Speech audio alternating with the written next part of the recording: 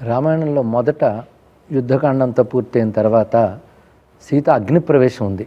అది రాముడు పెట్టిన అగ్ని పరీక్ష కాదు, సీతమ్మే అగ్నిలో ప్రవేశిస్తానని నిర్ణయించుకున్నది. దానికి కారణం రామచంద్రమూర్తి లోకాపవాదం అనేది రాకుండా ఉండడానికై అందరి సమక్షంలోనే సీతమ్మ యొక్క పవిత్రం నిరూపించడానికే స్వామి ఆమెను ఉపేక్షించడం మాత్రమే చేశాడు. అప్పుడు సీతమ్మ నిర్ణయించుకుని అగ్నిలో ప్రవేశించింది. రామచంద్రమూర్తికి తెలుసు అగ్నిహోత్రుడు సీతమ్మను తిరిగి అందిస్తాడని తెలుసు ఆయనకి. అందుకని తాను సీతమ్మను అనుమానించలేదు ఎట్టి పరిస్థితుల్లో. లోకాపవాదం నుంచి తాను రక్షించుకోవాల్సిన బాధ్యత ఉంది రాజుగా. అది అప్పటి రాజధర్మం ప్రకారం చేశాడు.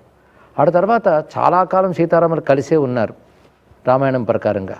అయితే ఉత్తరకాండ వచ్చేటప్పటికల్లా సీతామహాసాధ్వి లోకాపవాద భీతి చేతనే రామచంద్రమూర్తి చేత పరిత్యజింపబడింది అనే ఘట్టం ఉంది. ఇది మనం గమనిస్తే అప్పుడు కూడా సీతమ్మను రాముడు అవమానించలేదు, అనుమానించలేదు కూడా.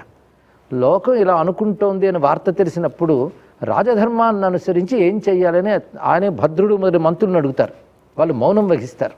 మౌనం వహించారంటే అర్థం ఏంటంటే ఇలాంటి పరిస్థితి ఏర్పడినప్పుడు ఇక్ష్వాకువంశ ప్రభువులు రాజధర్మాన్ని అనుసరించి ఆ పత్ని పరిత్యాగం చేయాలనేది శాస్త్ర నియమం. అది వాళ్ళు చెప్పలేక మౌనం వహిస్తారు. అది గ్రహిస్తాడు రామచంద్రమూర్తి.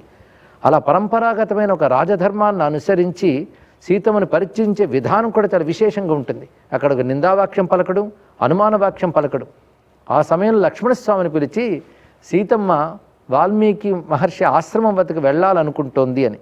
ఎందుకంటే భద్రాది మంత్రులు చెప్పడానికి కొంచెం ముందే సీతమ్మ గర్భవతిగా తన కోరిక ఏమిటంటే కొంతకాలం వనవాసంలో ఉన్న వైభవాలు గుర్తు తెచ్చుకుంటూ వాల్మీకి ఆశ్రమ ప్రాంతానికి వెళ్ళాలనుకుంటుంది. ఆ మాటను అనుసరించి ఆమె కోరుకున్నది కనుక వాల్మీకి ఆశ్రమ ప్రాంతానికి తీసుకువెళ్ళి విడిచిపెట్టిరా అని చెప్తాడు. ఇది రామచంద్రమూర్తి చేసిన పని.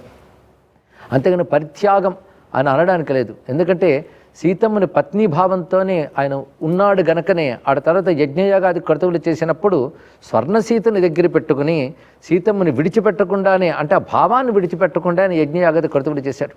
ఈ రాజధర్మం తెలిసింది కనుకనే సీతమ్మ కూడా మౌనం వహించి సహించింది. ఇది దుఃఖకరమైన ఘట్టం అయినప్పటికీ కూడా రామచంద్రమూర్తిగా ఒకానొక ధర్మ విషయంలో ఒక సంక్లిష్ట పరిస్థితి ఏర్పడింది. ఒకవైపు రాజధర్మం, మరొకవైపు భర్తృధర్మం. ఒక ధర్మం కాపాడడానికి మరో ధర్మాన్ని త్యజించక తప్పదు. ఒక్కొక్కసారి అలా పరిస్థితులు ఏర్పడతాయి. వీటి ధర్మ సూక్ష్మములు అంటారు. ఇక్కడ చూడ్డానికి అధర్మంగా కనబడినా ఆలోచిస్తే ధర్మం ఉంటుందన్న దాన్ని ధర్మ సూక్ష్మం అంటారు. అంతేగాని రామచంద్రమూర్తి ధర్మ సూక్ష్మాన్ని పాటించి తాను దుఃఖాన్ని సహించాడు. అది కూడా తెలుసుకోవాల్సింది. తాను దుఃఖాన్ని సహించి, సీతాత్యాగం తనకే పెద్ద దుఃఖం, ఆ దుఃఖాన్ని సహించి రాజధర్మాన్ని పాటించాడు కనుకనే ఆయన దైవంగా మనం కొలుచుకుంటున్నాం. ఆ ధర్మపాలన చేశాడు. అందుకని దోషంగా ఎంచడానికి లేదు. ఇది వాల్మీకి రామాయణంలో ఉత్తరకాండ చదివితే మనకు స్పష్టం.